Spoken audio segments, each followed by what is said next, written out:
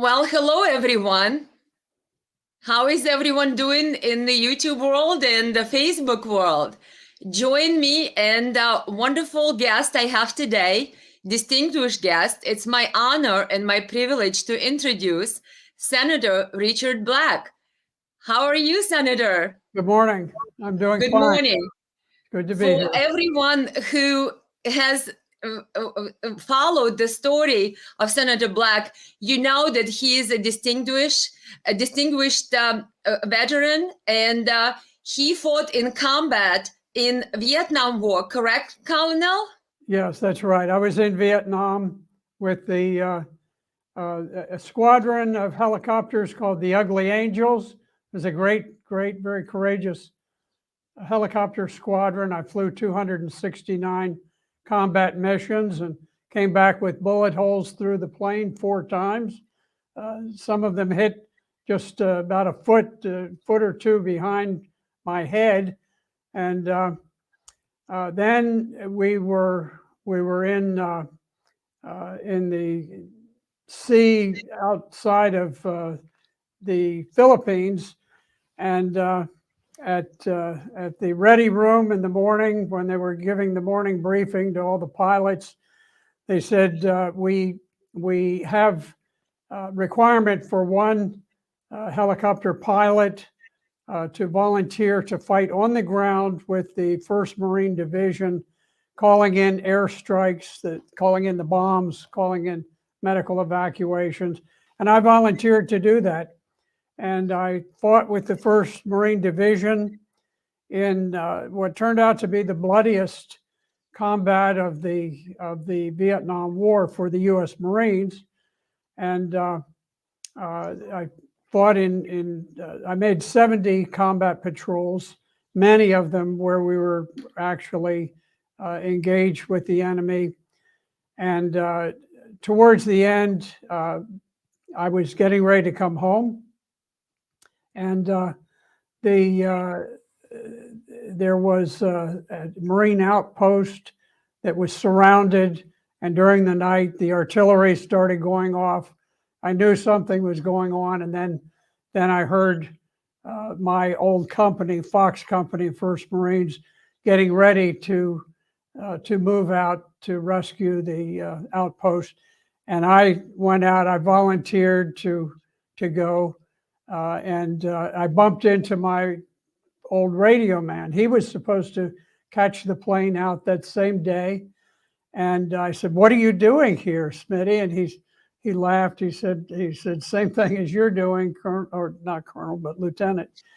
And so we went out. We fought our way to the Hoi An River. We crossed under fire in rubber boats, and by the time we got to the other side, engaged with the Viet Cong, I was wounded. Both of my radio men were killed. Smitty, God bless him, he was literally supposed to catch a plane out that day, and it's very, very tragic. And anyway, he died quite heroically, gave his life for the other Marines, trying to rescue them. So that was Vietnam. And the reason that I was in so much combat is that the forward air control team would be attached to whichever Marine infantry company was going into the assault. And so we were just going from attack to attack to attack.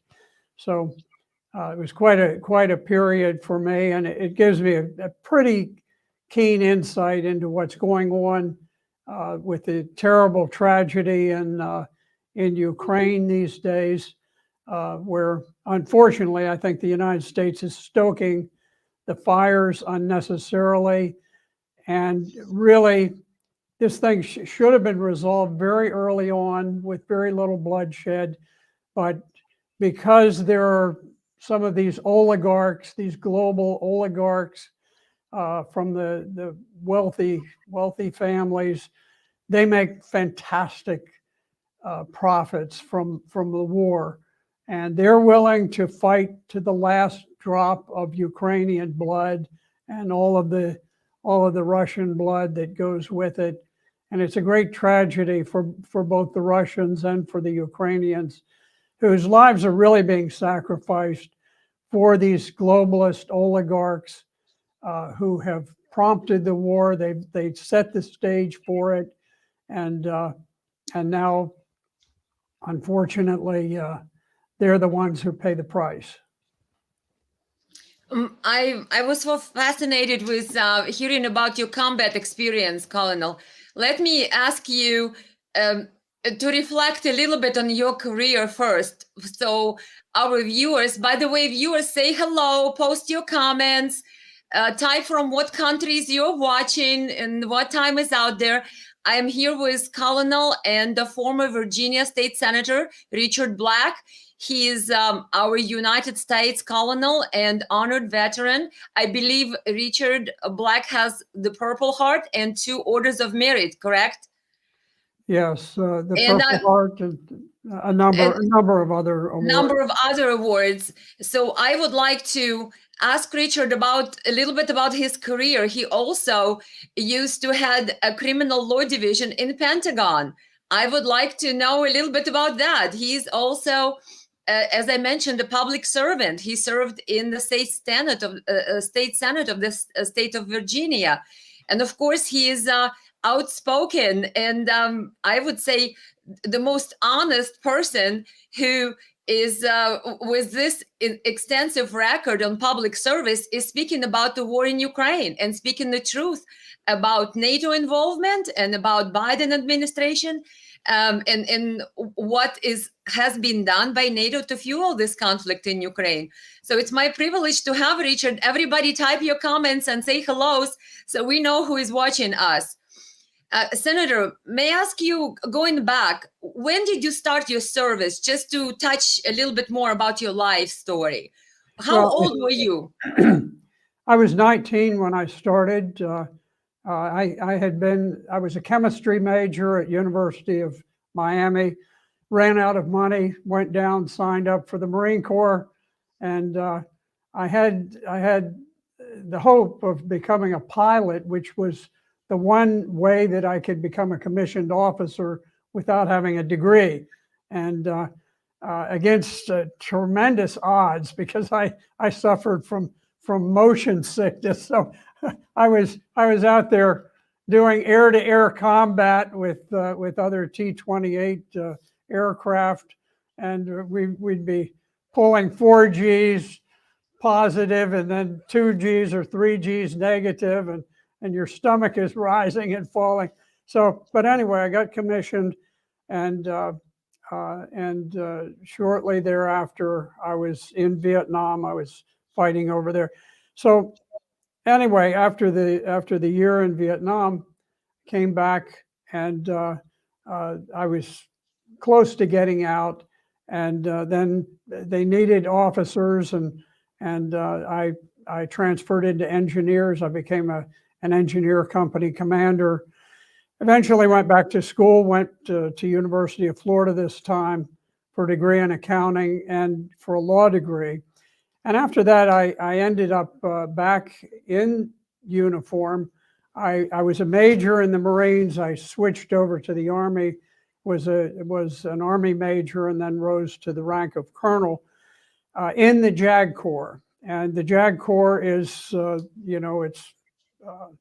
it's the attorneys who prosecute the crimes, who do the federal litigation, who are involved in environmental, administrative law, this kind of thing.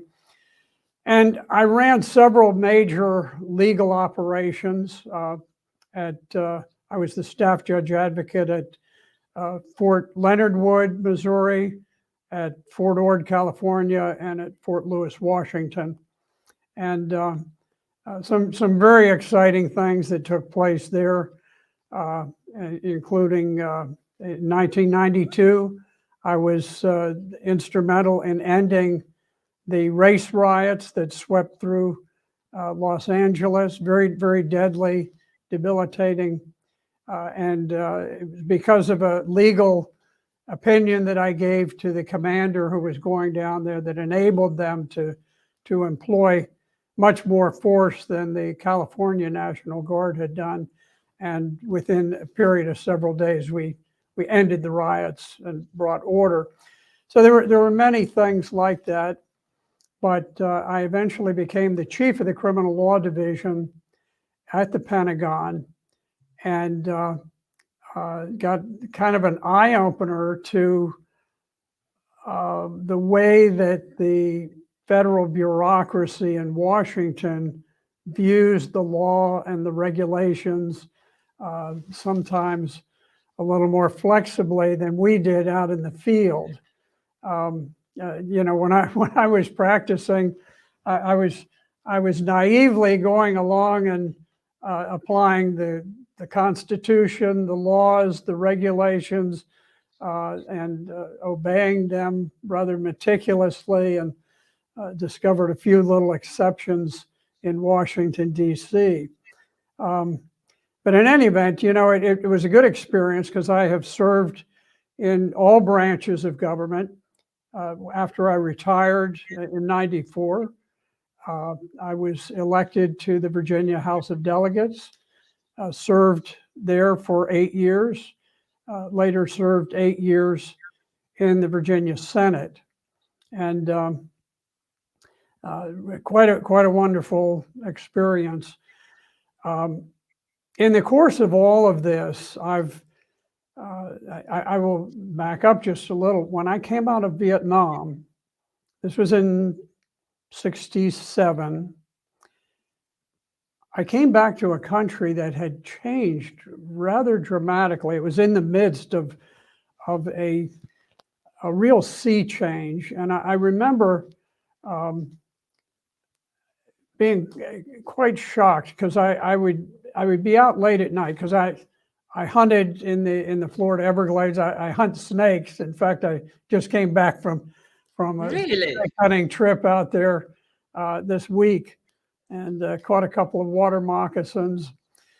But I was quite taken aback by the fact that you'd go out, you'd be out at 1 o'clock in the morning, and there'd be 15-year-old girls hitchhiking alone down the road.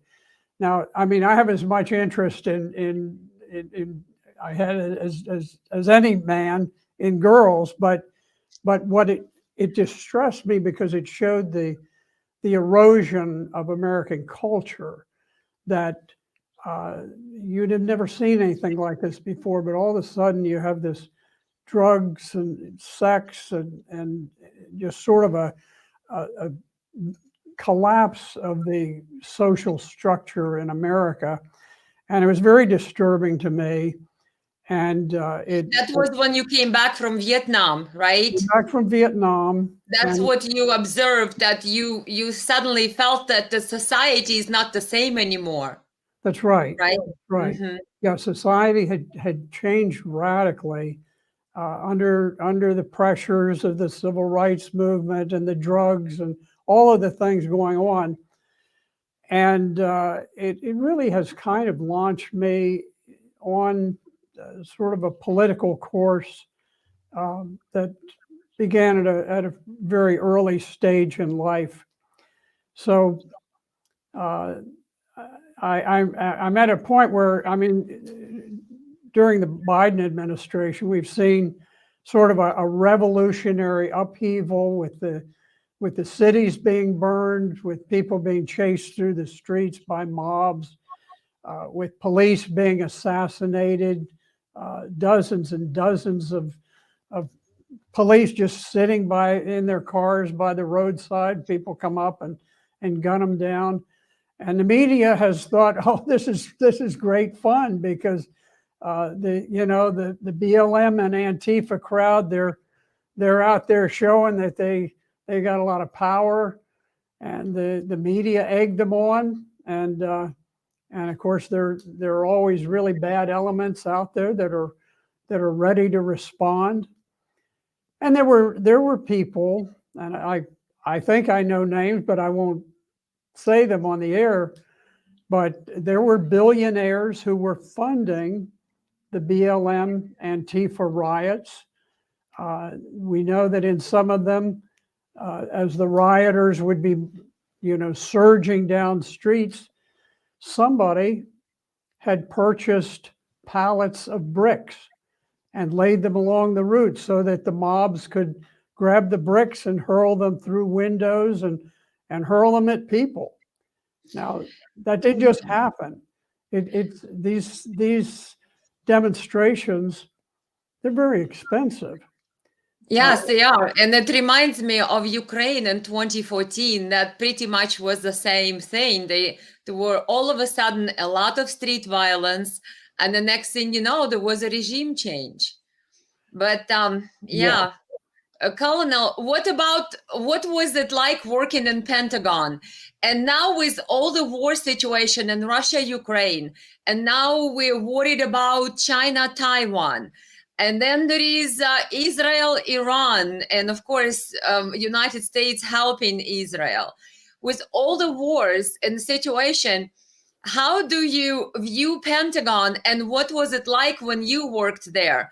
What maybe American people do not know, what Pentagon really is. What, give us some insight, some scoop, what it was like to be a chief of criminal law division of Pentagon.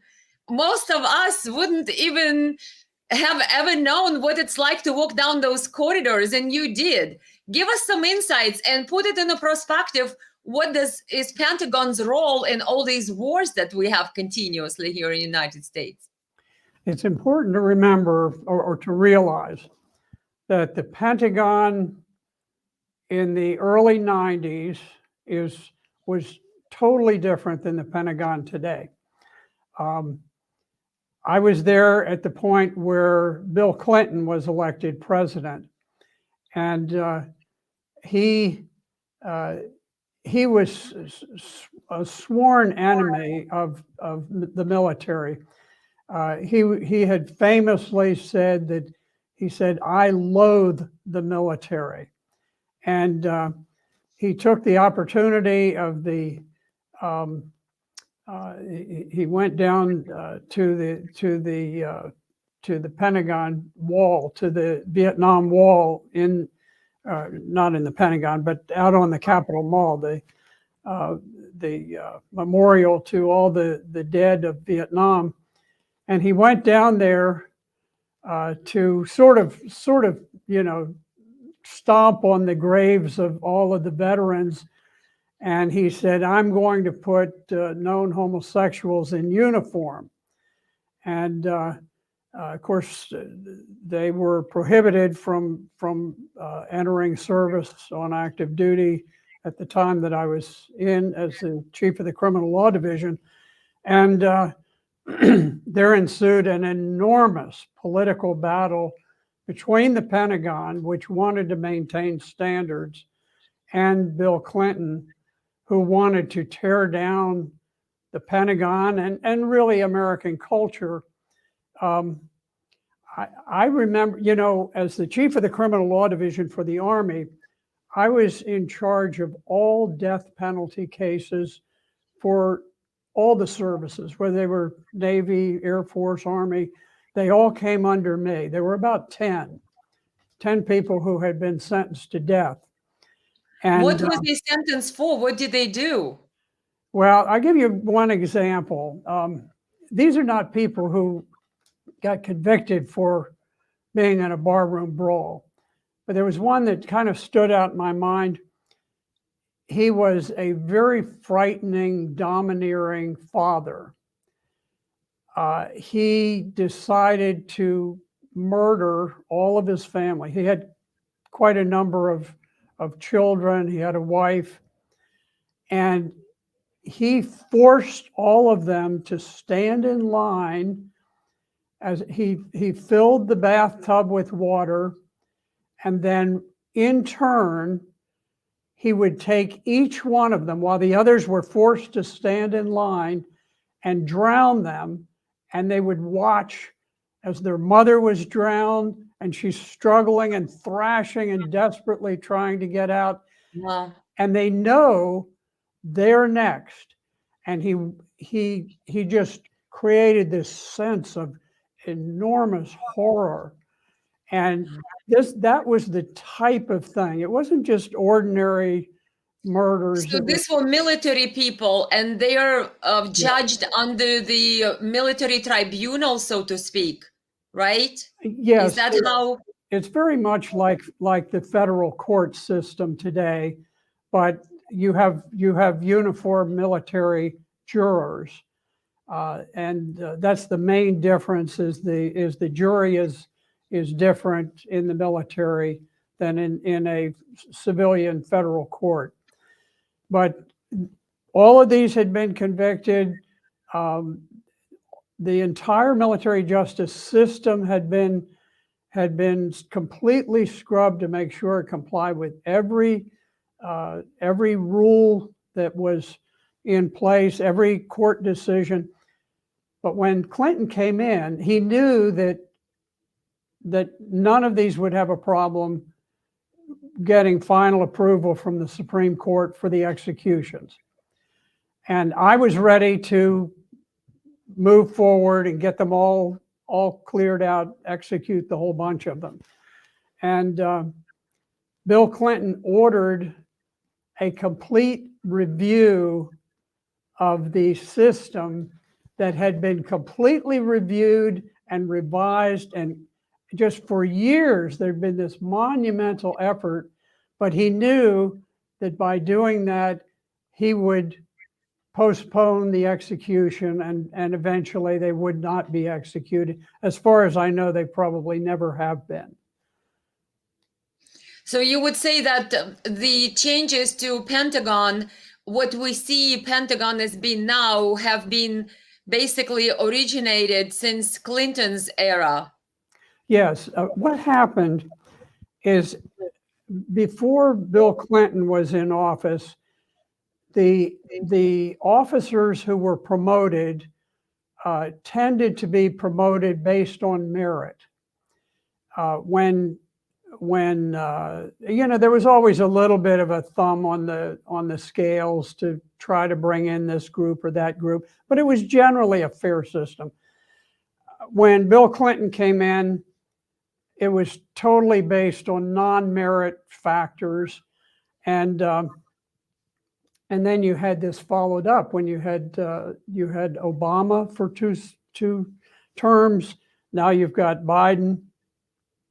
All of the general officers today have been selected under this, except for Trump during the Trump period. But all the others have been selected on non-merit. They're based on the color of their skin, based on their sexual proclivities, various things that are certainly not conducive to a strong moral leadership environment.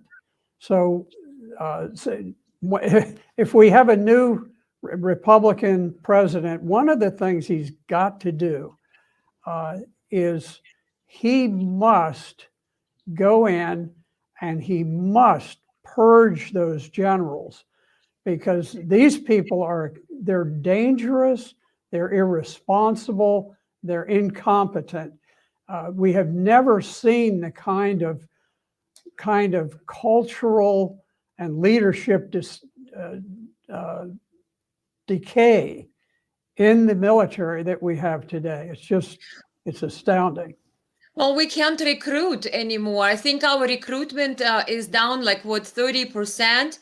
And then we're trying to start nuclear war with Russia while we can't even recruit enough soldiers. We're trying to agitate China while we again cannot recruit enough soldiers. What, are we insane? What do you think, Colonel? Is the United States going to get into war with China, and what's happening with Russia? Are we trying to get us closer to nuclear war with Russia through Ukraine? Are we insane? Is Pentagon out of their mind? Elena, let me just run through some of the things that we have done in Ukraine.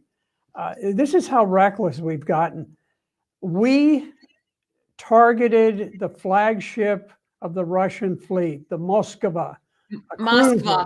This is a very large ship, and we sunk it.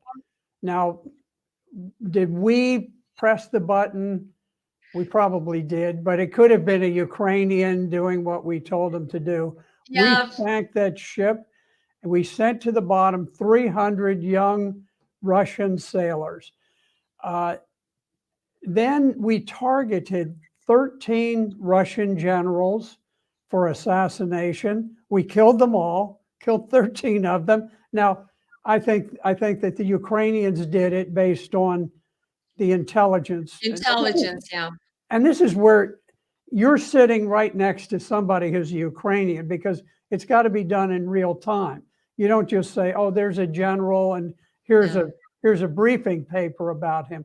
No, you have to be able to say, "Here he is. He's at this precise location within 1 square meter, right at this instant," and then they fire. Well, that's the United States assassinating Russian generals. We helped the Ukrainians, and this was certainly done by the United States. We helped them launch a drone that went deep into Russia, hundreds and hundreds of miles, and we attacked a nuclear site where Russian bombers were there, the bombers that are part of their nuclear triad to respond to a United States attack. And we actually did some damage to one of their nuclear bombers. Yeah. Now, probably the most utterly insane thing that we have done, if those aren't enough, is we blew up the Nord Stream 1 and 2 pipelines, which are the artery that feeds blood into the beating heart of Europe. And this was an act of war against Russia, but it was also an act of war against Germany. It was an act of war. I think Denmark is involved in this. I think Switzerland, it was an act of war against Switzerland. And it was so transparently obvious that we were doing it. We were doing it for various reasons. One, to capture the natural gas market for the United States. And I'm all in favor of us trying to get advantage, but not, not through terrorist acts, attacking our own allies, right? That's right. And then blaming it on Russia. It's very much like, I believe in competition between Costco and Walmart. Yeah. But if Walmart were to give lead goes and blows up Costco at night. Yeah, if they were to give lead pipes to all their warehouse and say, "Let's go over there and let's smash the windows and beat up some people in Costco." No, that's a crime.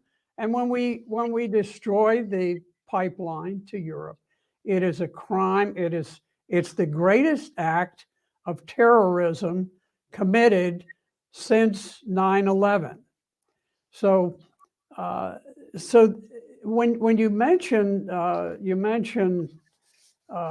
nuclear war, there was a very interesting article, a very good article in the Washington Post today.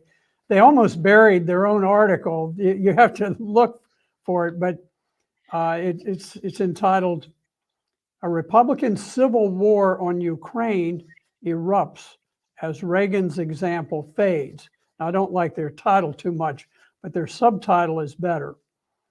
GOP leaders and voters are increasingly skeptical of an extended commitment, part of a broader shift away from conservative support for foreign interventions. Basically, what they're saying is the Republican rank and file and some of the leadership are starting to get pretty fed up with all these foreign interventions. But here's just one line I wanted to mention while we're on this. And I was a little surprised. It sort of stood out to me. in the article, and they're talking about sort of the apparent stalemate, which I don't think is a stalemate anymore, but it says, but the prospect of a decisive victory by either side seems less likely than a grinding war of attrition, with the possibility of a dangerous nuclear confrontation lurking just over the horizon. Yep. Who would initiate this nuclear confrontation? It wouldn't be Russia. Yeah. They don't want a confrontation. It wouldn't be China. They don't want it. And it wouldn't be France or the United Kingdom. There is one country that would initiate a nuclear war, and there's already been little low-level chatter about it, and that would be the United States.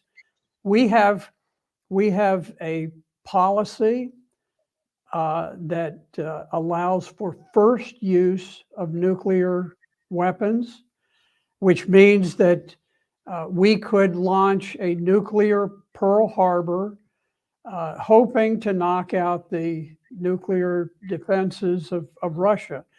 Now, and there are some absolute lunatics who believe this is a good idea, but they better remember that the Russians have nuclear submarines off our coast, and at the first nuclear strike over there, New York City is turned to radioactive glass. Washington, D.C., you think of all these monuments and the Capitol building and all. Yeah, I've been there. It's beautiful city. Yeah. Yes, and imagine if suddenly nothing was standing and all that you had was just a sea of molten glass. That's what you will have within minutes after the White House gives the okay to launch a nuclear strike. So I hope that doesn't tempt anyone. Do you think, Colonel, that or should I say, Senator? You have so many titles. I will alternate. There is so many. I want everybody to know. By the way, everybody who is watching us, make sure you write some comments, and if you have some questions for Senator Black, feel free to type them. I'll come back to all your comments afterwards. But do you, Senator, think that the North Korea is becoming a problem as well, because United States carries out these military exercises with South Korea, and the North Korean leader is saying that this is like declaration of war on North Korea? I mean, I'm thinking if Biden decides to nuke Russia, who knows? You know, we may get nuked by what is it, Northern Korea before that, if they keep pressing the buttons of this guy. What is his name? Kim Jong Un or something. I mean, yes. I mean, he has nuclear weapons too. Are we trying to get nuked by everyone at the same time? I mean, Russia, North Korea, and China. I mean, are we insane? You know, North Korea is a very special situation. The thing that people need to understand about North Korea is that the line between North Korea and South Korea is just a very short distance from the South Korean capital of Seoul, Korea. Seoul is dominant. It's by far the greatest population and industrial center in the entire country. And I believe that you could actually fire conventional artillery rounds and reach the capital of Seoul from the mountains surrounding them that are over in North Korea. So it's always been a sort of a checkmate situation where the South Korean army is far more powerful than the North Korean army. It's more modern, It's better equipped. It's really an excellent force, or at least it was when I flew them into battle back in many years ago. So maybe it's changed. But anyway, North Korea is in a position to absolutely annihilate South Korea.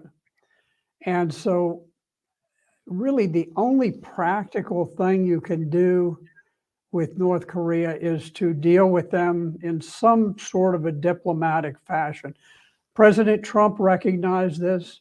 I think he did an excellent job. He diffused tensions. He recognized, okay, we can't just bully them. We can't just, put a lot of ships sailing around the coast and fly planes nearby, all the typical garbage that we do. Let's just talk with them. And everybody's, oh, you're crazy. You should be blustering. You should be bullying. But we probably had the best relations that we've had with North Korea almost since it began. And that was under Trump. He did a good job. So there's a situation that's special. But the problem is we just have this knee-jerk reaction that you have to threaten, you have to bully, you have to overthrow governments, you have to infiltrate them. The countries of the world have lost so much faith in America. When I served in Europe, I was the deputy staff judge advocate, which is the number 2 guy for the biggest legal organization that the Army had in Europe. And I had 5 separate offices that I directly supervised in 3 different countries. And one of the things I did on the side is I was responsible for all military justice for affecting American soldiers and military people throughout the Middle East and Africa. Now, it wasn't a big issue back then. I had some very interesting cases I can remember out of Egypt and out of Saudi Arabia, very diplomatically sensitive things. But I can tell you back in those days, I could have flown to Amman, Jordan. I could have rented a motorcycle, and I could have driven all through Syria and Iraq and into Iran. I could have gone anywhere in relative safety. There would not have been any terrorists. People would have been friendly because they liked Americans back then. And the Middle East was not a terribly dangerous place. Crime was not a big issue there. You look at where things have gone since we took an aggressive posture. Today, when in 2016, I flew into Syria, and the Syrian army had just driven out ISIS, which had a major, just a huge attack on the desert city of Palmyra. ISIS seized the city. The Syrian army took it back. I flew in just after it was recaptured. And I eventually had to go from Palmyra to Homs, Syria. And instead of getting on a motorcycle like I might have done when I was younger, I had a convoy, I think of 16 vehicles. Some of them had automatic cannons mounted. We had two attack helicopters. We had a jet aircraft loaded with bombs, and we left and we went out across the desert through ISIS-held territory. and the entire convoy was under my personal command, and but they were prepared to start dropping bombs and to making runs with attack helicopters if we got hit en route. So you compare, earlier I could have gone out there on a motorcycle and waved at people as I went by. Here I had to have elite forces in 16 vehicles with cannon and helicopters.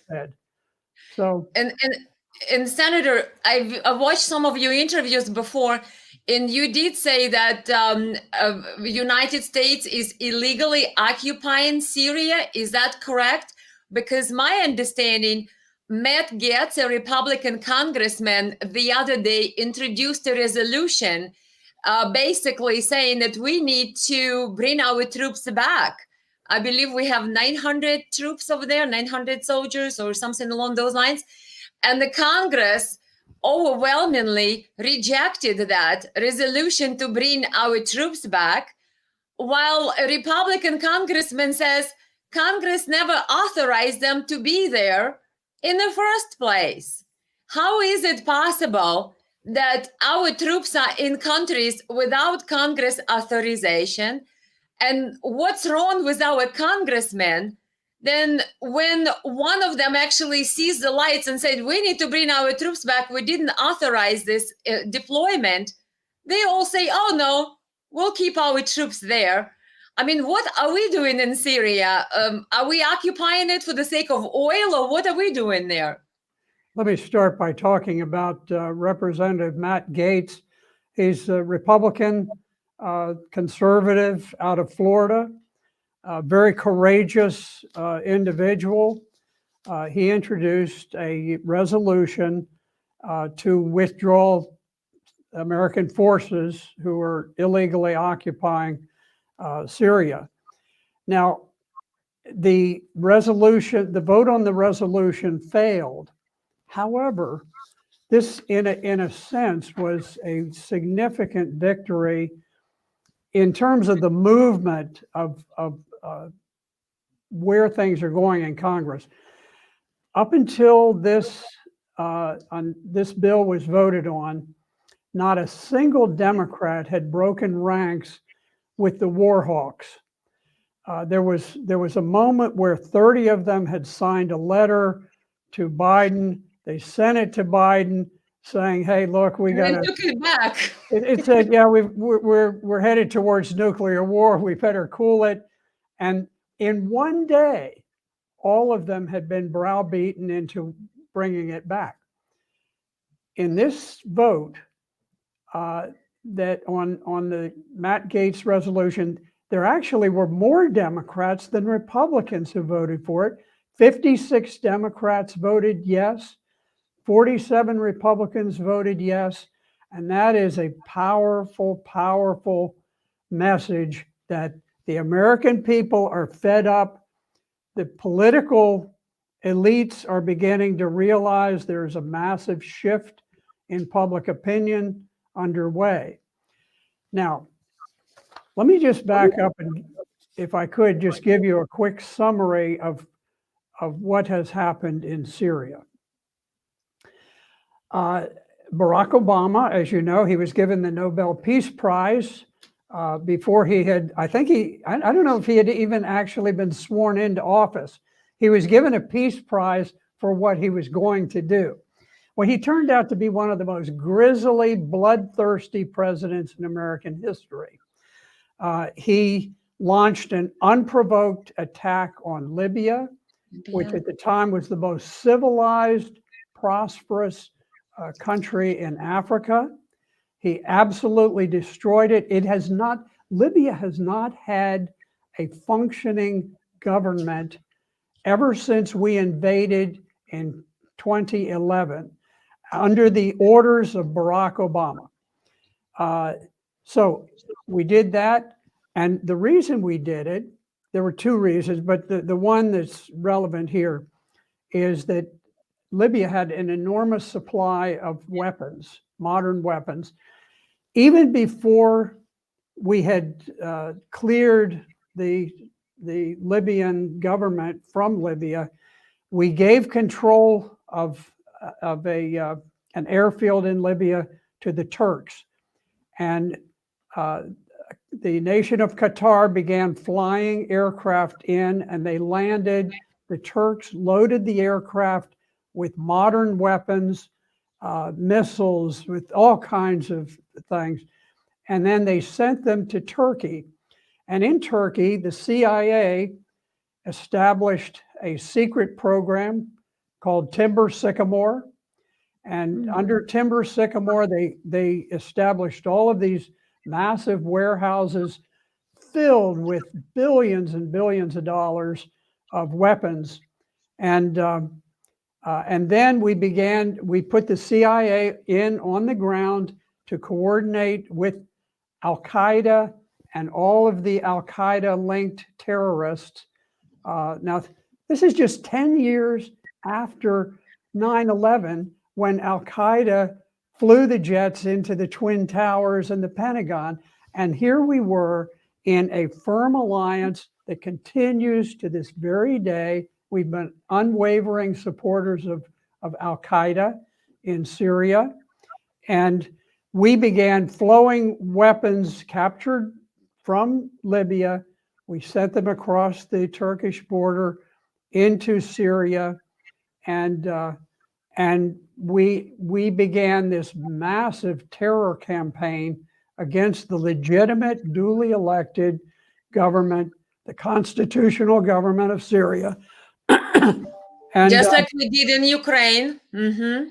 Yes, yes. And this isn't a war that just started domestically because people rose up against President Assad. This was a war that was funded, armed, promoted, planned by the Central Intelligence Agency and the U.S. State Department.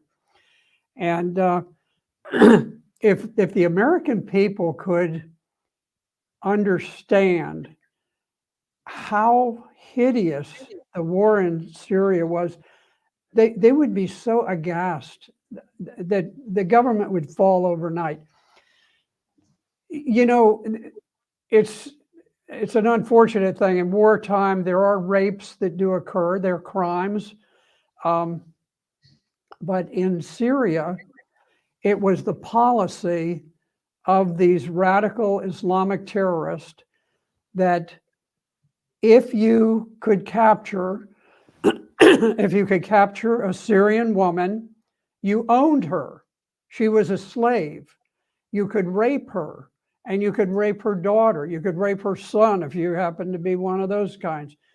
And this is the way that they attracted volunteers from countries around the world who went there knowing, hey, this is really neat. If I go into battle, if I capture some women, some children, I actually own them. I can buy them. I can sell them as slave Just market. like medieval style. Yeah, medieval style society returned to owning humans as slaves. Yes, they actually had price lists for women that you purchased on the slave markets. These are our allies. These are the people we support. And you know which women on the price list went for the highest prices? It was the little girls. Oh my God. It was the little girls, because you had pedophiles. There was one of the fighters for one of the groups. They're all allied with Al-Qaeda. And this fellow had a 13-year-old child. He would strip her naked before he would go into battle. He had a US Humvee, and he would tie her across his windshield naked. Why did he do this? He did it because he knew that when he went roaring down the road in his Humvee, the Syrian army was a civilized army. They were decent. They were good people. And they would not shoot. They wouldn't shoot at a little girl. Yeah. And so he had success. I don't know whatever happened to him. His time must have run out at some point, but he was literally doing this. It was the volume of rape in Syria was so bad that the last time I spoke to President Assad in 2018, we met in his office.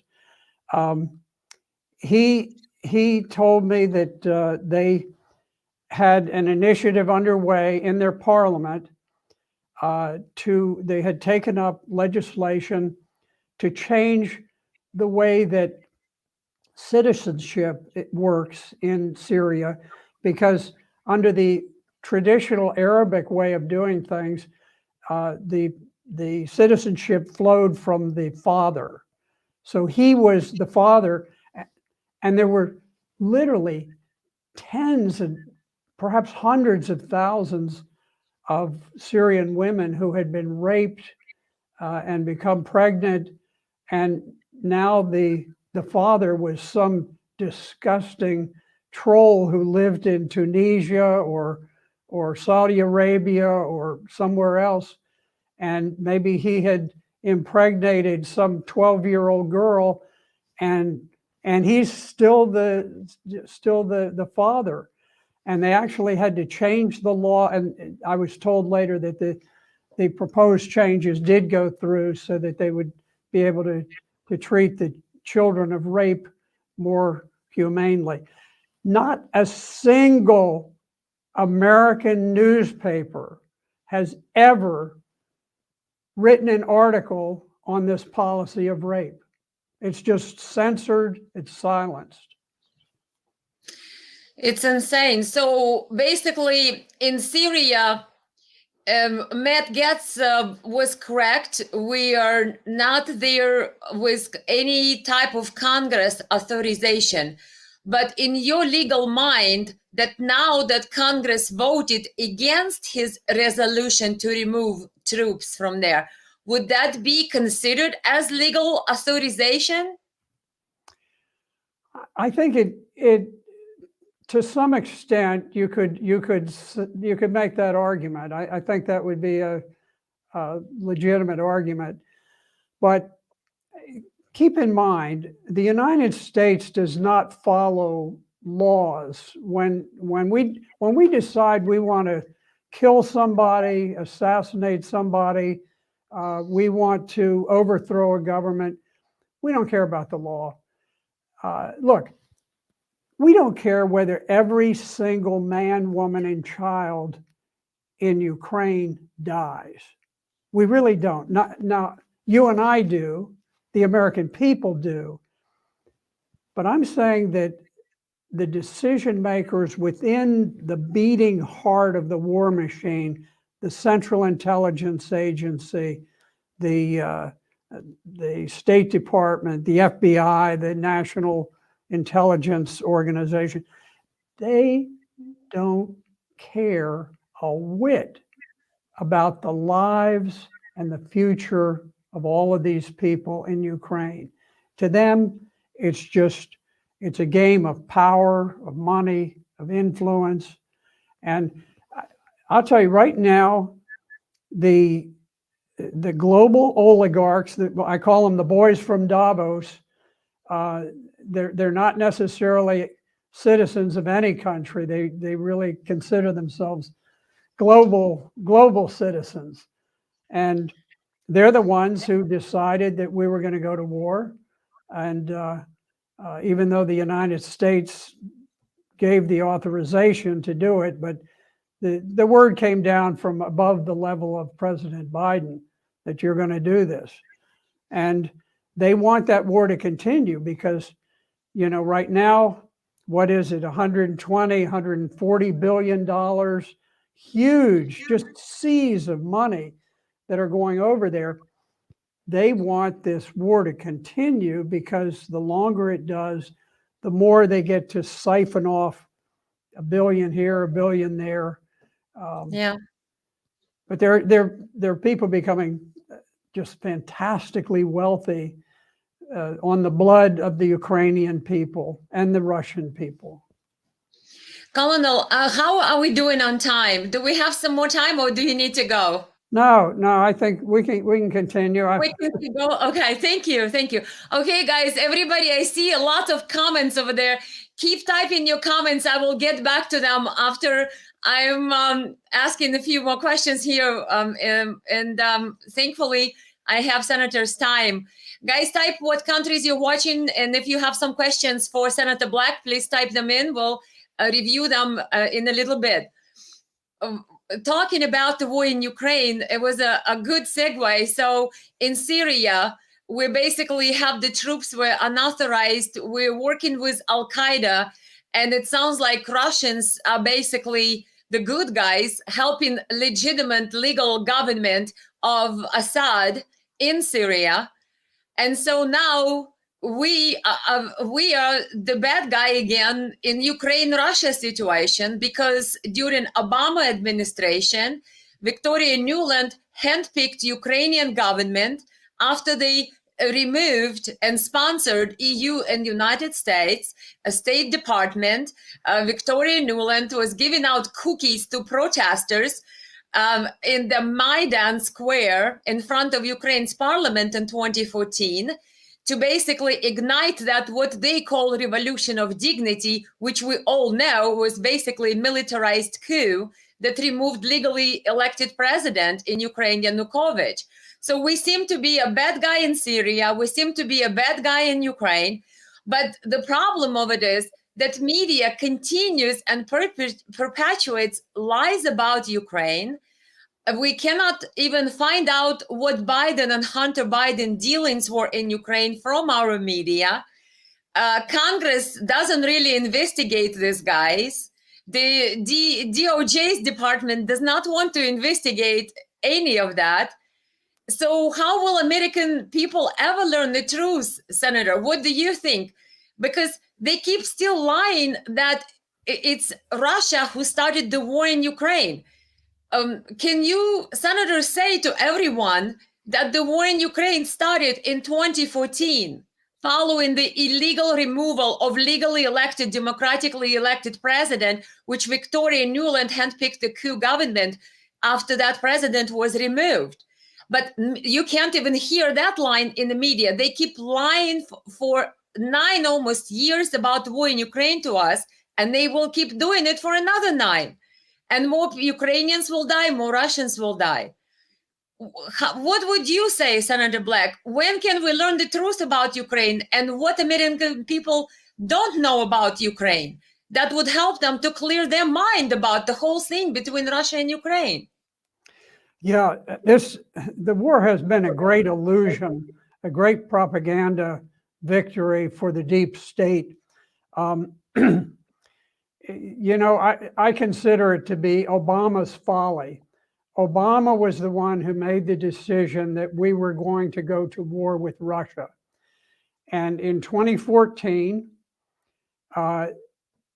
under Victoria Nuland was the head of all of this. She was a high-ranking official of the State Department, and she went to Ukraine, and there was a dispute. They had a pro-Russian president. He was duly elected, President Yanukovych, and Ukraine was always in fiscal difficulties, so they asked the EU to make a proposal of assistance they could provide, and they asked Russia, could you submit a proposal? They looked at the two proposals. They chose the Russian proposal, which was much more concrete, because Russia does so much business with Ukraine. And Yanukovych signed off on that. Well, immediately, NATO made the decision, okay, that can't stand. We have to overthrow the government. There was a most violent and vicious. It started off as a demonstration, but I don't know precisely who put the snipers up, whether it was the CIA. I'm sure the CIA was involved. MI6, British MI6 was involved. But what they do, when there's a big ruckus going on and demonstrations, they'll put these snipers up in the windows, and they'll shoot a demonstrator, and then they'll shoot a police officer, and then they'll shoot some more demonstrators, some more police officers, and soon the people on the ground, everybody thinks they're being shot at by the other side. This is textbook CIA, MI6. Who knows? I guess in the old Soviet Union, it was probably a technique used by Stalin, who was probably the most vicious human being who's ever graced the planet. But the fact is that Victoria Nuland was actually negotiating and having talks with President Yanukovych, and at the same time, she was intercepted on her cell phone communicating about who she was going to put in charge of the new revolutionary junta that was about to take over. There was a dramatic photograph on the front pages of the Washington the Washington Post. And it was something. I wish I had a copy, but there was a bunker dug into the ground right outside of the presidential headquarters there, and they were throwing Molotov cocktails. They actually had timbers over the top of it. It was a very militaristic bunker. This was the revolutionaries. This wasn't the government. The revolutionaries had dug this, and one of them had taken a Molotov cocktail, and he went back and he threw it, and he hit the Molotov cocktail on one of the timbers, and it burst. And so you have this dramatic photograph with these revolutionary protesters, and everything's on fire. The protesters are in flames, and it just captured the violence of what was going on. So eventually the protesters forced Yanukovych to flee, and they installed a revolutionary junta, which was very radical. And that junta changed the constitution of Ukraine so that it removed Russian as a legitimate language to be used in the country. And immediately this made all of the Russian-speaking Ukrainians into second-class citizens. Teachers could no longer teach because they couldn't speak Ukrainian, then you get fired. And so at that point, the Russian-speaking areas on the borders of Ukraine, Crimea and the Donbass republics, they declared their independence. Now, every news story says they illegally did this or that. I'm going to tell you, those republics, the Crimea and the Donbass republics, had more reason to declare independence than the colonies did in the United States. We did it over the fact that we had to pay a few pennies in taxes, but these people literally couldn't speak their language. Imagine if some foreign country came in and said, well, tomorrow everybody has to speak French or you're going to lose your job. I don't speak French. So they did. They declared their independence. But these were Russians, ethnic Russians in the Donbass, ethnic Russians in Crimea.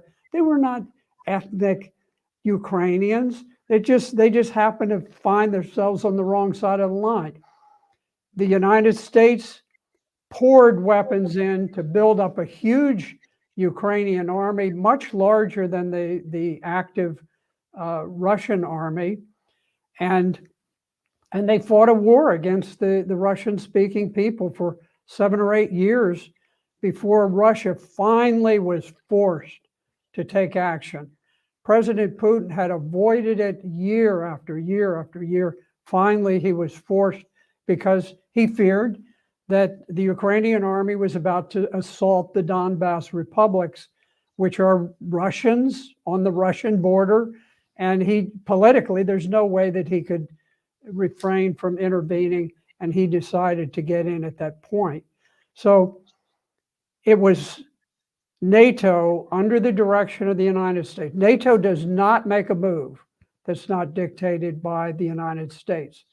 So in Washington, under the Biden administration, decision was made that we would go to war not merely to reestablish the lines and recapture the Russian-speaking areas of Ukraine, but that we would make war on Russia. That was the decision within the CIA and the State Department. The objective was not just Ukraine. The objective was war against Russia. We were going to dismantle Russia as a country, and we were going to have all of these global oligarchs take control of vast amounts of wealth. We would create trillionaires out of some of the boys from Davos. And I use boys from Davos. I'm not just talking about the groups there, but all of these secretive groups that get together and plan the future of the world for the little people. Those of us who cling to our guns and Bibles, as Obama used to say so contemptuously when he'd refer to the American people. Thank you very much, Senator, for your perspective and quick overview for those Americans who are still asleep and do not understand that war in Ukraine started in 2014. And we know, as you duly noted, that Putin tried to avoid to ever getting into Ukraine because they had Minsk agreements. And the Minsk agreements were guaranteed by Germany and France. And the Minsk agreements were to cease fire between militias of the eastern Ukraine, Donbass region, and the state of Ukraine, which Americans don't understand. Ukraine, the state of Ukraine, was waging the war on its own citizens for the last almost 9 years and counting. Because after the coup, Ukraine started bombing eastern Ukraine, the Donbass region. And Biden will not tell us anything about it. They will not admit that Minsk agreements were a sham. But now Angela Merkel and French President Hollande, they came out and said, oh yeah, we never wanted or intended to have Ukraine implement these ceasefire agreements and all the other things that were attached to them, because we just wanted to buy Ukraine more time to attack Donbass, to build Ukraine's military to the NATO standards, to then wage the assault on Donbass. So this whole situation about war in Ukraine that we hear in the media and from Biden is a bunch of lies. And American people buying into it keep repeating the narratives. Oh, Russia is aggressor, Putin is crazy. And I'm thinking, we will never solve any problems if we never know the facts. Wouldn't you agree, Senator? I agree. I do think, though, that shows like yours have a very positive influence. People are beginning to understand. And, we've got Tucker Carlson, very courageous. I don't agree with him on everything. He and I differ on the issue of China. I just, frankly, I don't think we need to go to nuclear war with anybody, whether it's China, whether it's North Korea, whether it's Russia. I just don't think we need to do it. But fortunately, we do have some voices in the mainstream media that are just too big to take down. But we are getting the word out, and we are turning the tide, and that's why the Washington Post, they almost buried their own story. You have to search for it, and there's some tiny little byline at the end of one story, but it talks about the tremendous shift in sentiment where the GOP is now moving away from foreign interventionism and returning to the idea of America first. They pointed out that Ron DeSantis said that Ukraine is not a vital security interest, and he says he considers it just to be a territorial dispute between the parties. And President Trump agreed. He said that we should make them negotiate a peace deal, that Ukraine should be willing to give up these Russian-speaking areas. He didn't say it that way, but they should be willing to sacrifice some territory for that. And so you do see this shift taking place. Hopefully it'll be a permanent one.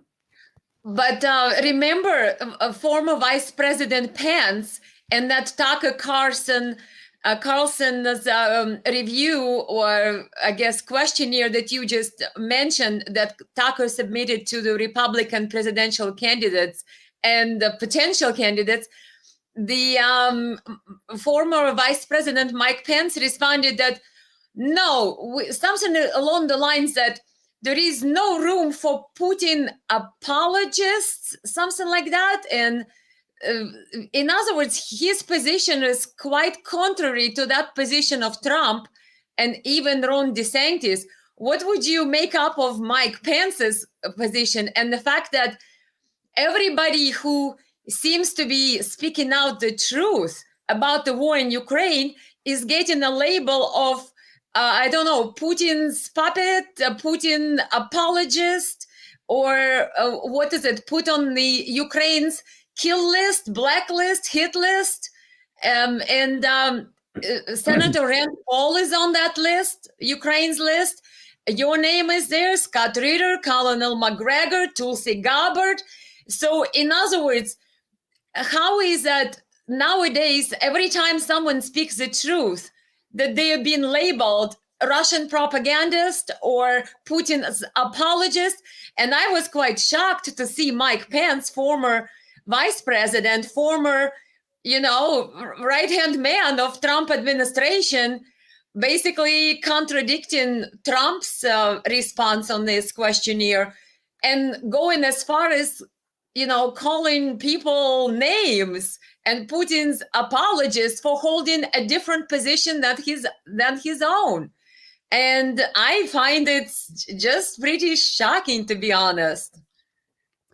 One of the principal tools of propaganda experts is to smear your opponent.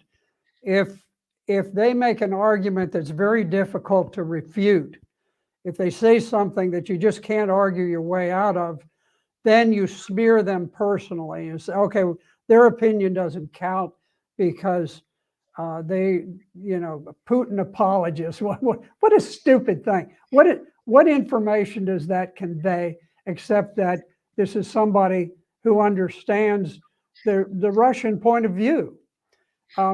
I'm going to tell you. I would like a definition, like Mr. Pence. Let's get the definition of what exactly is Putin apologist.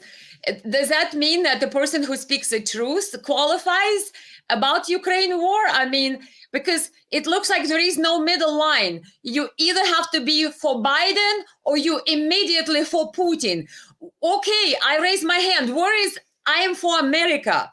You know what I mean? Yes. Where is I am for America? I don't want my taxpayer dollars to be shilled and spent on corrupt Ukrainian government when my own American veterans are sleeping on the cardboards in the streets.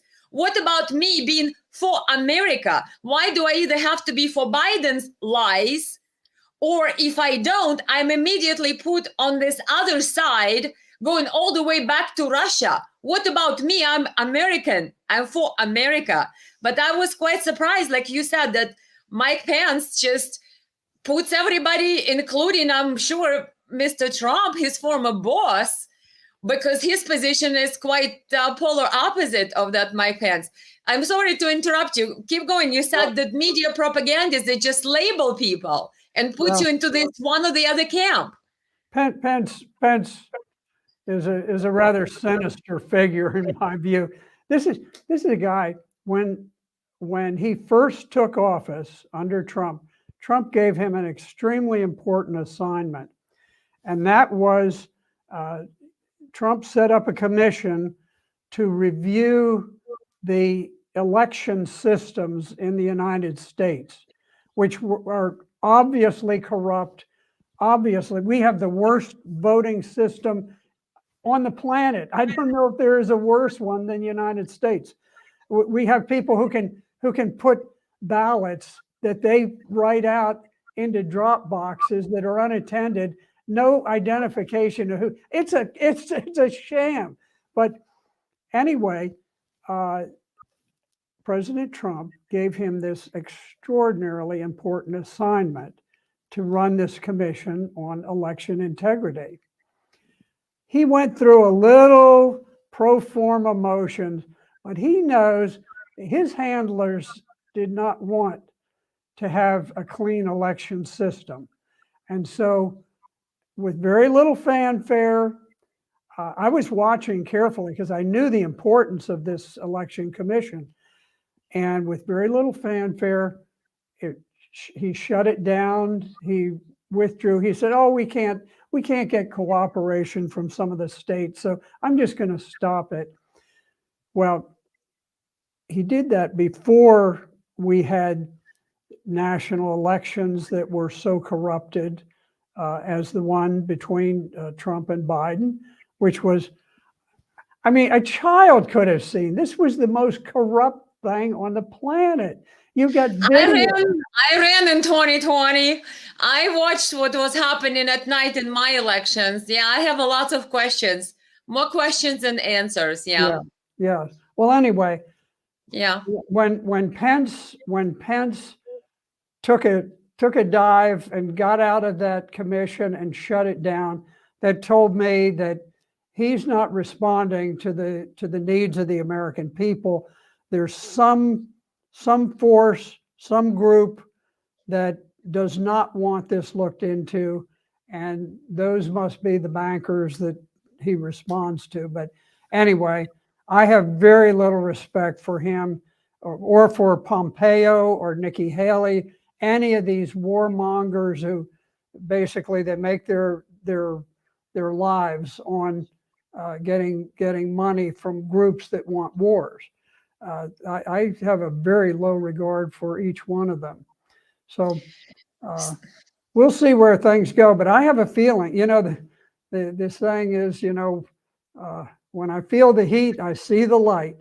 And you look at what's happened with these 47 or 56 Democrats who broke ranks on the Syria vote. All of a sudden, they're feeling the heat. They're seeing the light. The closer we get to the election, more people will be feeling the heat and more people will be seeing the light. So I think this is just the beginning of the shift. And I say Matt Gaetz from Florida, somebody ought to put up a monument to him as the guy who in Congress started the movement to shift us away from what could ultimately be nuclear war unless we draw back from all of this stuff. I have high expectation of him. I think, remember, he was fighting with Kevin McCarthy for the rule change before they could sit new Congress. I think one of the points of contention was that Matt wanted to have McCarthy, or rather new Speaker of the House, not necessarily McCarthy, but whoever is a new Speaker of the House, Majority Speaker, to put the bill up for vote regarding the term limits in Congress. And Matt Gaetz was insistent that Congress would have an opportunity to vote on term limits. What do you think about term limits in Congress, Senator, in United States Congress? I think it's a great idea because my view, we have nothing ever changes. We have political dinosaurs there for 50, 30, 40 years, and only God knows how can they be in their 90s or 100 years old. No pun on their age, but I am just saying as far as the continuity, that people get elected and elected and elected for 50, 30, 40 years, we don't have any new people coming into Congress. And then we don't have term limits in United States Congress. I know state of Michigan, where I'm at, for the state Congress, we do have term limits, but not in United States Congress. So we end up with people like Pelosi and Biden who are in that position and forefronting our United States policies for 40, 50 years. And they're getting worse and worse and worse. No new people have a chance to come in because somehow they always get elected. I even saw the article that there were two deceased Congress people who were still elected while being dead. I mean, how does the election system work if the dead people win elections? We know something is not right there, right? So do you think we need term limits? And I'm hoping Matt Gaetz will get his way and will put this up for vote now that he had, my thought, negotiated with McCarthy to bring it up. Well, I would probably vote in favor of term limits. There are some mixed arguments on it. I think we have a very dangerous situation with people who have such lengthy continuity, and in addition to the politicians in Congress, we've got the bureaucrats who man this vast federal bureaucracy, which probably could be slimmed down to a quarter of its size. Just get rid of all of these trolls who are out there doing, the DIE principles: diversity, inclusion, equity. DIE. It's making America die. And we have so that's much. An abbreviation, DIE, actually, DIE. Yes. Boy, somebody was getting the pay above their pay grade to create that abbreviation. How would you come up with that? Oh my gosh, DIE. I think the liberals inverted the letters, but the conservatives used the letters DIE, DIE, diversity, inclusion, equity. Wow. And of course, equity is just it's just a relabeling of traditional Marxist. I was just going to say it's back to communism, socialism. That's what it reminds me of. Because I was born in USSR, it's a United States, USSR. So I know we've studied Marxism when I was little because it was mandated. It was mandatory. Yes. You studied that thing all the way through your university years. Yeah, that's what it reminds me of. Well, equity. Even the Soviet Union didn't quite go to the outer limits with equity. Exactly. The one country that has really executed the equity principle was Cambodia, when Pol Pot took over with the communists after the end of the Vietnam War.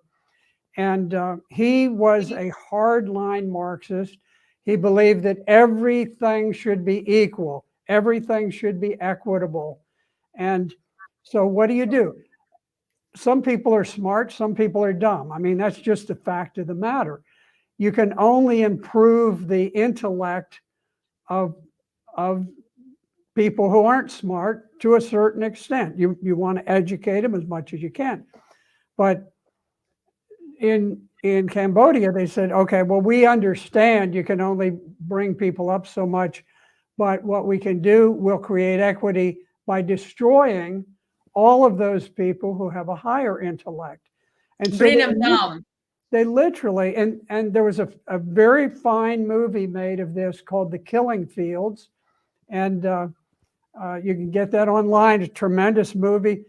And what they did is they identified anybody who was suspected of being an educated person, an intellectual. So if you wore eyeglasses like I do, they would take you out, and with a pickaxe, they didn't want to spend the money on bullets, so they would have teenage children and they would force you to kneel down, and they would kill you with a pickaxe. And they destroyed 2 million out of 8 million people. So a quarter of the population of Cambodia were slaughtered in this vast bloodbath of people suspected of being able to read. If you could read, then you were a criminal under their system, because that spoiled equity, because not everybody could read. So you have to bring down everybody so that everybody's on the same level. That's what equity means. It means it in the United States. They just try to sugarcoat it, but that's what it's all about. I agree with you as far as that they took it further than Soviet Union, because I lived during Soviet Union times, and whatever we have now in United States brought onto us courtesy of Biden, Obama, Pelosi, and company. That reminds me more and more of kleptocracy, because it's not really a pure socialism anymore. It's that mixed with financial oligarchy. It's mixed with dictatorship. It's mixed with it's like morphine. There is no name to it. The closest I can come up with is kleptocracy, where they basically rob us and send our money overseas to people like Zelensky. And we, American citizens, are paying government salaries of Ukrainian state officials, including parliament members, Zelensky. We're paying for their social programs. We're paying for their medical bills. What? 51st state? I grew up in, like I said, Soviet Union territory of Ukraine. So I am from Ukraine. I speak Ukrainian fluently. I watch the videos of Ukrainian soldiers every day who complain that they have no weapons, that the parliament members of Ukraine raise their own salaries, send their own children abroad so they wouldn't be drafted into army. But Ukrainian soldiers, their payments, their salaries are cut by parliament. They have no weapons. They're basically saying we're used as a cannon fodder. And they see the corruption of their own government. And we, American citizens, are being robbed so the Biden could keep that money laundering operation called Ukraine and fuel corruption that actually kills more Ukrainian people. And I'm thinking, this is kleptocracy. You know, they're stealing our money instead of providing the better standard of living for our own citizens, right, Senator? Taking care of our veterans, of our seniors. What about inflation? People cannot even afford basics anymore. People can't go to grocery store without a new record-breaking bill. But we keep sending billions to Ukraine. And well, a lot of people are saying, look, the southern border of the United States no longer exists. It's totally gone. The 4-star head of the Border Patrol Agency, the one who's sort of the on-the-ground guy in charge, yesterday told a committee, he said, we do not have operational control over the border. Now, what does he mean by operational control? Certainly, there are always going to be a few people who slip back and forth. So that doesn't count. What he's talking about is essentially who governs the southern border. Does the United States of America govern the southern border, or do Mexican drug cartels govern the southern border? Mexican drug cartels, they own the southern border, they control it, they pay people. Well, actually, they make huge amounts of money to bring people, and some of these Democrat multi-billionaires fund the people to move down. But there were 1,000 people the other day who were just on a bum's rush. They were yelling and joyous and happy, and they just burst through the border. Border patrol can't control them. So they they come, if they want to come, they take our country, they take our Social Security benefits. These are people who are going to go on Social Security.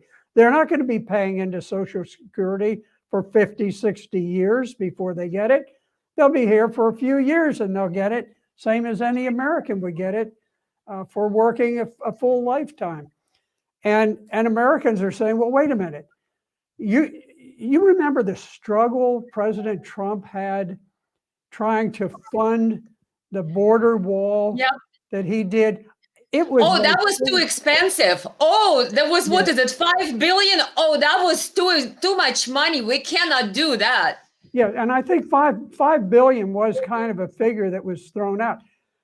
But if the oligarchs, if the boys from Davos want a war in Ukraine, bingo, $140 billion, no problem. We'll run the printing presses. We'll do whatever we want. And Americans are saying, wait a minute, what is going on in this country? Who does the country exist for? Do American people have any relevance? Do we count for anything? Look, we've got the federal government coming in and they're buying up all the space in trailers so they can house illegal immigrants. Now, they go into a low-cost trailer park where you've got a couple who are on Social Security and they're just living from paycheck to paycheck, Social Security check. And all they can do is they can afford that trailer in a rundown trailer park. What happens when the federal government comes in and buys out the whole thing to put in illegal immigrants? What happens to those people? Those are the people who go into cardboard boxes, laying on the streets, dying because they just can't deal with it anymore. So anyway, I think people are fed up. They've had all they're going to take with money being sent overseas and not here. But Elena, at that, I see that my battery is running low. So I think. Well, everybody, we have lots of questions and lots of comments. Can you see any comments here, Senator? Let's see. We have so many. Karush says, great interview. We have Dylan, as someone who spent college weekends playing the game of Risk, I don't see Putin as a bad guy, quite the contrary. I'll play some comments, take a read on them real quick. Sure. Pence received a letter at Bush's funeral saying they know it all. Pence is a traitor like Bush, Clinton, Obama's. Some person says we trust Putin. Some person says here, Elena, you have the best guest. You provide much important and unheard of content. Isn't that wonderful? Very Senator, nice. we have great. Say thank you, Elena and Senator Black. Let's see. We just have tons of comments here, guys. They will be available on my Facebook page. Let me just make one comment, and then I probably will have to go. I followed President Putin from the time he took office, and I was most impressed because he was sworn in, and immediately he went to Chechnya, where there was a revolution brewing in an Islamic part of the country. He took charge. The Russian army had twice tried to drive out the terrorists. He took charge. He did it, and when he was finished, he dressed up in sports gear, and he had a helicopter drop him on the central square of Grozny, a city that they had just recaptured, and he went jogging alone by himself, heedless of sniper fire or anything. This is a guy who is devoted to his country. This is a guy who drove out the oligarchs who had seized all of the wealth of Russia. And so this idea that he's somehow some terrible guy or perhaps a perhaps a lunatic or something. He is more rational than anybody we've got on our side right now. So anyway, with that, Elena, I think I'm going to have to sign off, but it's been wonderful. Thank you very much. Thank you very much. We'll do it the next time. And thanks for being so generous with your time today. Thank you. Thank you. Thank you. Okay, goodbye now. Bye-bye. Well, how's everybody? I'm looking at your comments here, playing them up. And before I go, I just want to say hello and thank you for everyone who was watching this stream.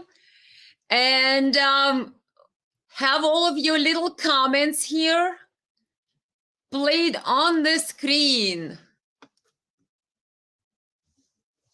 To be free, Americans should kick warmongers out of the head of the state. I believe it's a recipe for economical recovery and happiness for all. Neocons are selfish snakes. Yeah, we have lots of great comments, guys. If you are watching, you can always comment and share with each other. I have Abu saying, thank you for having Senator Black on. He's a great leader. I would like to see him run for president.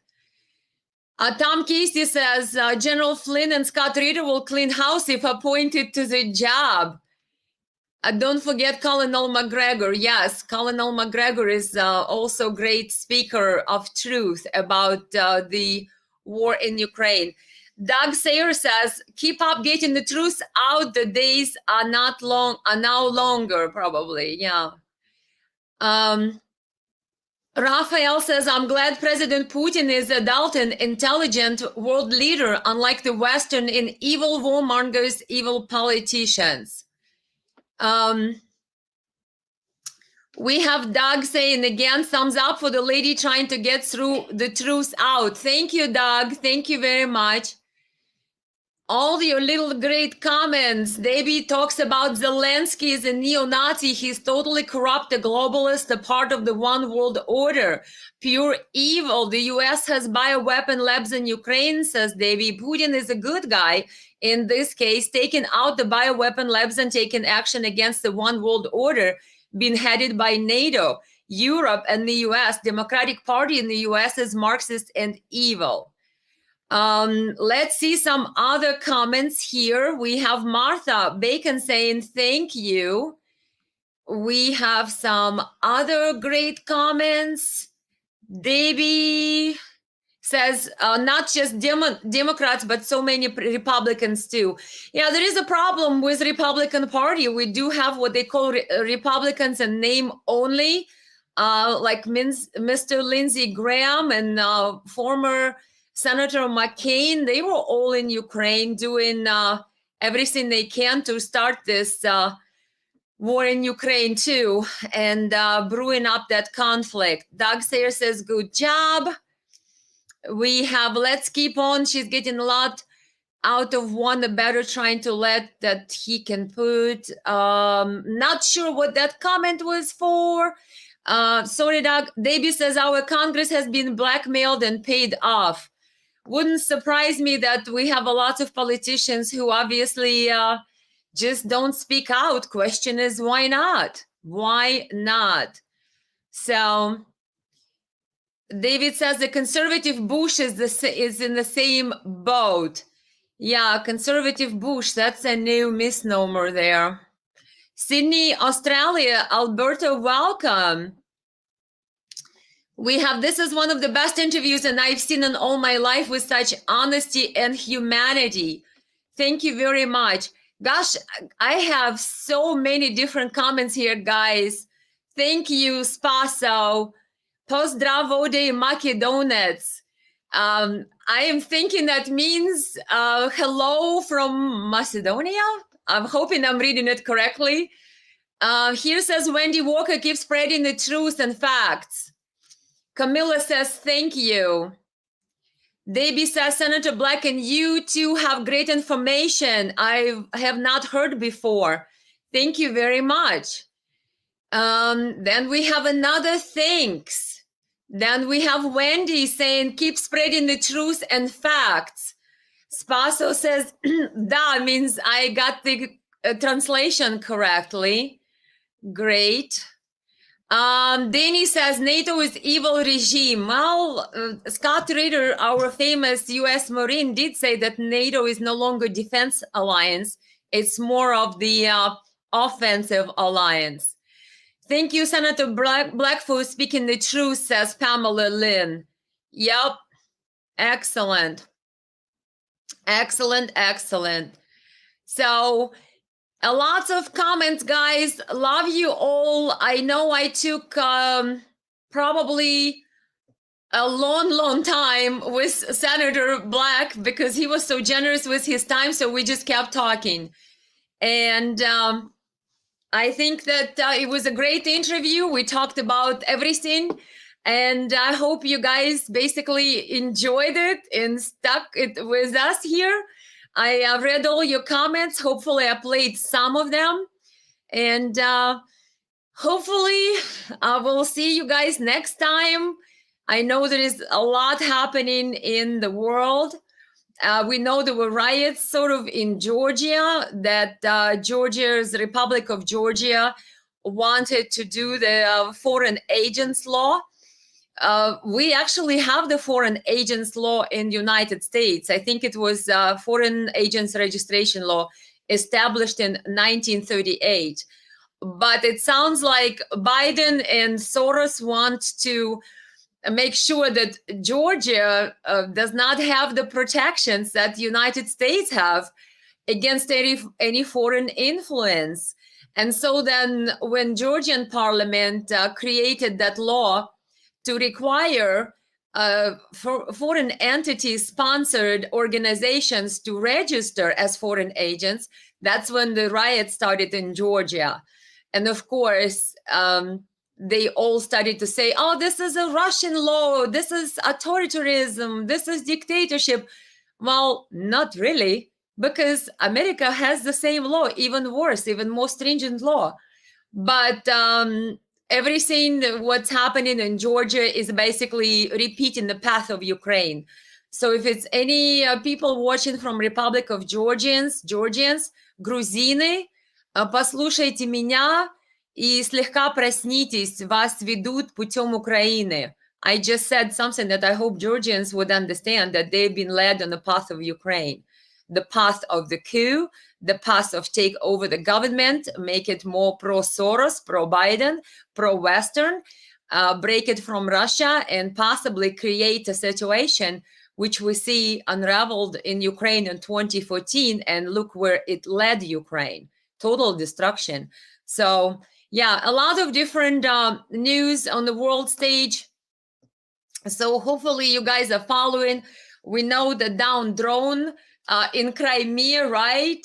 And the United States said that, oh, Russian pilots are so unprofessional. Russians are like, hey, you're flying your drone next to our border with turned off transponders. And so happened your drone kind of like lost its, altitude and fell down into the sea. And of course, the Pentagon said that Russian pilot discharged the fuel on top of that thing. And Russians like, we didn't do anything. It lost its altitude. But the problem is, if Russia's drones were flying around next to our border, let's say they would launch them someplace and come up and fly near our airspace bases. What? Would we want them? No. So yeah, let's not play cool here, saying that Russians, pilots are so unprofessional. Well, then maybe let's not send our drones with turned off transponders next to the Russian border, and you won't have to lose your, $13 million drone, $30 million. They could be varying in price, my understanding. But Lindsey Graham, our senator, already said Reagan would be down in Russia's warplanes already because of this drone. In other words, they just can't wait to make the World War III happen. So I hope everybody keeps their cool, but I don't know. Escalation is definitely in progress in this whole Ukraine scenario. Danny says, great information. I listen to McGregor and Reader all the time. They speak the truth. Yep. we speak the truth here as well. Latina says, many thanks, Elena Olki, for Congress for this direct conversation. That's from my Facebook followers. Really like you guys. Mario says, I'm so glad McCarthy refuses to meet Devil Zelensky. That's that's very true. He did refuse him. Zelensky was snubbed 3 times, and I guess in the last week, nobody wants to talk to him. He doesn't get to speak at Oscars, and Kevin McCarthy doesn't want to meet with him. Spaso says, we want peace and economy. We're humans. Life work like human, make peace. Yep, that's true. We want peace, and we want to be able to go to work and to be able to live our best life and to live our life to the best potential and to our best potential, and not having to sift through the nuclear rubble, right, guys? Because that's what it seems like Biden administration is pushing us towards. Escalation with Russia and escalation towards some type of nuclear exchange, whether it's going to be North Korea, China, Russia. It's insane. We'll see what happens with President Xi's president. I would say leader of China, President again, Xi Jinping, right? Or Xi Jinping or Xi, leader Xi. He is going to meet with President Putin. I didn't check the news today. Maybe they're already meeting. And then he's going to give a call to Ukraine's President Zelensky. We'll see. Maybe China will broker some type of the ceasefire. I don't know, because China just recently brokered the peace deal basically between Saudi Arabia and Iran. And they are now establishing diplomatic relations, which I think were broken now for the last 28 years or so. And China somehow was able to bring those two parties to the table, and they're going to reestablish each other's embassies now. So China is emerging as this peacemaker / deal maker. And where is Biden? Where is our Biden, who promised that he is a new leader of the free world and he leads us into new world order? Well, Mr. Biden, you are leading us into new world disaster. That's more like it, because if you're leading us to nuclear war, that's what it is, Armageddon. But so far, everybody else is leading the new world order, but not our United States President Biden. Look at leader Xi. Look like he's going to Moscow. He's talking to Zelensky. He put a broker deal peace between Saudis and the Iranis. What? So who is the new leader of the free world / new world order, Mr. Biden? So far, not you. So far, it seems like we have alienated everybody out there, and we just keep doing it. And the sacred place is never empty. There are leaders of the world who are going to fill in your shoes. And what are we going to do then, Mr. Biden? When are you going to wake up? Oh, no, you just want to keep fueling Zelensky's war machine and your own laundromat of Europe, which is Ukraine. Okay, keep doing that. We'll see how far that's going to take us. That's a disaster proposition. We need peace. We need resolution to this entire madness that became Ukraine war. But it looks like Mr. Biden's preparing us for the next one with China-Taiwan situation. Taiwanese have declared that they're getting ready for the full Chinese blockade. Like, what? Yeah.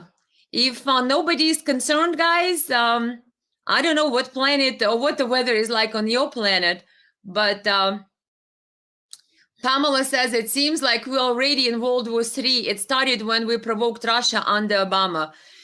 Yep, it's already World War III. It's just kind of like a slow burn, and more parties keep joining and joining and joining. Now we see Japan is getting more active, moves away from its peaceful constitution. Now Serbia, Kosovo, still a big problem, can flare up at any time. Now Georgia has been flaring up. Now Moldova, Transnistria on the border with Ukraine could flare up at any second. Now we have Iran, Israel can flare up at any second. Now we have Taiwan, China can flare up in any second. And of course, God forbid if anybody like Poland decides to join Ukraine and enter their troops in Ukraine war in some way. Yeah, there's a lot of variables, guys, a lot of moving parts. Spaso says Macedonia is coming war with. Who with? Is Macedonia getting the war too? Well, look, guys, what's happening in Turkey, all this devastation after the earthquakes. Yeah, a lot of countries, look at Syria. People are still suffering in Syria. And I don't believe Biden now lifted any sanctions against Syria. So we're not even helping that horrible humanitarian catastrophe that's unfolding in Syria. And I believe Russians are helping there. So, in other words, Biden is really not making the best presentation out of United States on the world stage, that's for sure. And his place has been, his shoes are being filled by other leaders from other nations who understand that the danger of nuclear war should not be explored. We should try to de-escalate. And so far, Biden did not step into that role of de-escalator. It has been more, let's arm Ukraine, more money to Ukraine, more weapons to Ukraine. Russia is aggressor, Russia is an enemy, we're at war with Russia. All of this push, push, push, fuel the war machine, no de-escalation. And at the same time, Chinese emerge as the peacemakers. Look at them. Oh, Biden, I guess he sits in his bunker. Yeah, impeach Biden. Well said, Molly. Look at our southern borders. Did you guys see Tucker Carlson, where the illegal immigrants tried to breach, they gathered on that bridge and tried to breach the border? It's insanity. Our own border is open for invasion. And Biden takes our money, our American taxpayers' money, and protects Ukraine's border. Hello. So I don't care what party line you guys are on in this case, but anybody can see if you are American taxpayer, your money is not being spent on our country, on our people. It's been washed and money laundered through the foreign proxies and foreign proxy wars a la Ukraine. Ends up in the pockets of corrupt politicians on all sides. Look at Zelensky and their parliament members. They're raising their own salaries while cutting Ukrainian soldiers' salaries. They're basically living off of us, American taxpayers, because we are paying their salaries. Ukraine is now 51st state of United States. Like Colonel McGregor said the other day, we own Ukraine. The problem is Ukraine doesn't give us any benefit. It's just a big drain on our budget, and it's a big drain on our economy. Look how many billions went to Ukraine. And Senator Black just a few minutes ago did say, when Trump said we need money to improve our border security and build the wall on the south border of the United States, I think the price tag at that time was $5 billion. And Pelosi said, oh no, that's too much money. That's too expensive. We cannot afford that. $5 billion. Oh, that's atrocious. That's horrible. But now over what, 130, 40 billion went or goes to Ukraine. And that's no big deal. No big deal.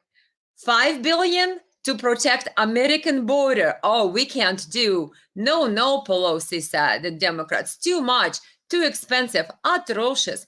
But almost, I don't know, 150 billion to Ukraine? No problem.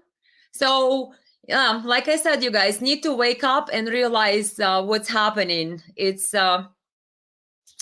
really not, what they're doing is really not in our best interest, in our country's best interest. only in their own self-serving and their donors and corrupt politicians' interests. That's all it is.